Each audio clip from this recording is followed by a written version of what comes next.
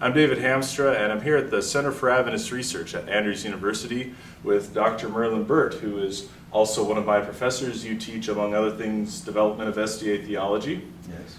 And when I thought of this shirt, I thought of this man, because I thought he's the one who would know something about this. So we're here to understand this prophecy chart. So first of all, who made this chart, and what did they want to use it for?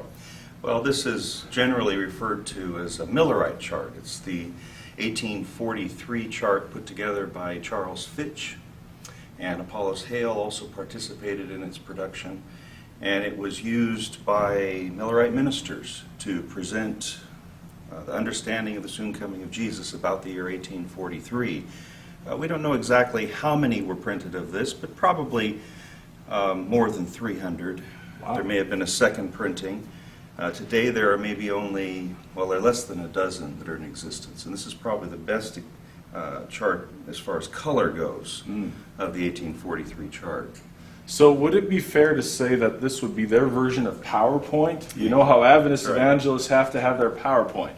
That's right. It would be the best technology of the day to present their message in a graphical form. All right. So how do you read this chart? It looks very confusing at the start. Well, of course, you have to understand the Millerite movement followed the broader Christian tradition of historicism, which is a method of prophetic interpretation that looks at prophecy as a sweep of history and God's leading in history, particularly in Daniel and Revelation, that looks at Daniel and Revelation. And so this chart is historicist in its approach, and William Miller was a historicist. The chart itself includes several time prophetic periods and lots of information. Right. Of course, you have the largest part of the chart is the Daniel 2 representation, which looks at the image here with the head of gold representing Babylon, and then Medo-Persia, Greece, and Rome, and then the 10 kingdoms, which would be the nations of Europe as they understood it, Right. coming right down to the time when the stone comes, which isn't represented in the picture, but breaks this image, which would be the second coming of Jesus. So I noticed, this chart basically has a timeline running along this edge from top to bottom. That sort of organizes it temporally, right? Correct. And it seems like they're using the vision of Daniel 2 to organize it, how would we say, historically? Yes. Starting with Babylon and down here, and then this is sort of exposition of Daniel 2. Would that be correct? Yes, going into more detail, Daniel 2 is a more general representation, whereas if you go then to Daniel 7, which you find here, where you have the different beasts that are representing the same kingdoms essentially as Daniel 2, the upper part of this image, it takes us then down again. And everything comes down to 1843. Right. Most of the mathematical calculations are on the right side of the chart here. Okay. And there are some here that are not familiar to Seventh-day Adventists. All right, well, point those out, because that's what we're interested in. And of course, Seventh-day Adventists wouldn't argue for these interpretations. Of course, the longest prophecy for the Millerites was not the 2300 days. Really? It was the 2520. Huh, I've never heard of that. And you can see this up in the corner here. There's a little damage to the chart, but you have 7 times. And Miller and his associates took these 7 times from Daniel 4, where Nebuchadnezzar was 7 times punished for his rebellion, and also from Ezekiel, where there were the 7 years of Ezekiel, and so the 7 years would be 360 days times 7. Wow. That's how you get the 2520. For Miller, it was the 7 persecutions of God's people, beginning with Manasseh being taken into captivity. And he saw these 360-year-long persecutions, these 7 persecutions coming down to the end. But you have to understand, this was not Miller's main argument. Okay. It's up here in the corner. Yes, right. His main argument is the 2300 days. Okay.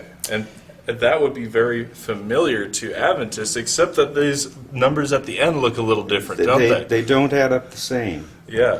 We would do 48 if I'm correct. 58, pardon me. These would be correct, the 457. You're right. But it was the way their math was done in light of There wasn't a 0 year. This was before they discovered the 0 Correct. year, which is probably the most difficult concept ever to explain in a prophecy meeting. Yeah, yeah. Okay, so this is actually fairly familiar here. This is stuff that you would see on an Adventist evangelist prophecy chart or PowerPoints. Pardon me. Is there anything else in here that we wouldn't normally preach in a prophecy meeting? Well, there's material relating to the 7 trumpets that I don't think we cover as much anymore, which looks more at Islam and the 7 trumpets So coming this- down, and the way Miller looked at it, he put it not relating, and particularly the daily as well. He didn't have it connected directly with papal Rome, which is more of an Adventist interpretation today. He connected it to Muhammad and the Islamic Empire and factors relating to that. And believe it or not, I've heard of groups of Adventists who are using this interpretation of the 7 trumpets to do Islamic evangelism and show them where they fit into Bible prophecy. But I know that other scholars have other interpretations of that today. I also see these familiar dates, 538 and 1798. Correct. So you're saying that William Miller probably didn't come up with that either? No, Miller did not come up with the 1260 days or the 3.5 years, Right. which you find in both Revelation and Daniel. There were other prophetic interpreters who, even Isaac Newton. Isaac Newton. And we could name probably a dozen others who had 1260-year interpretations that roughly were within these dates. Right.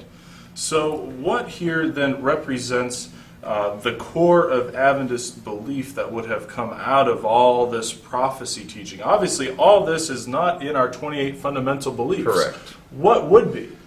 Well, it's the core idea of historicism, first off. Okay.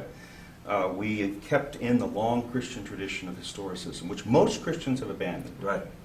And where we have clustered our focus would be on the 2300 days and probably the 1260 years.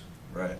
Those would be probably the 2 chronological times that we have honed in on and focused on. But now I'm not remembering correctly. Maybe I should have researched better. But I think only 1844 out of those 2 would be in our 28 Yes. fundamental beliefs. That is correct. The idea that the 2300 days would come down to October 22, 1844. Now, what's also not represented here is the idea of a heavenly sanctuary and its cleansing. Right. Right. Miller was looking for Jesus to come in 1843. And which sanctuary would be cleansed then? The sanctuary of the earth, right? Of course. Yeah. Well, and the church. The And the 2 church. things that he saw would be cleansed would be the church and the sanctuary by fire.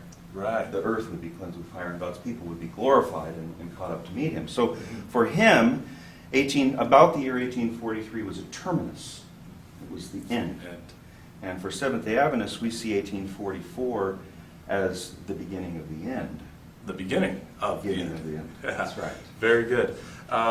So thank you very much for introducing this prophecy chart to us. If you want to know how Seventh-day Adventists got from 1844 as the end to 1844 as the beginning of the end, Dr. Burt here has written an excellent dissertation on that topic, which he compelled us to read for his class, and I must say the portions I read of it were quite good.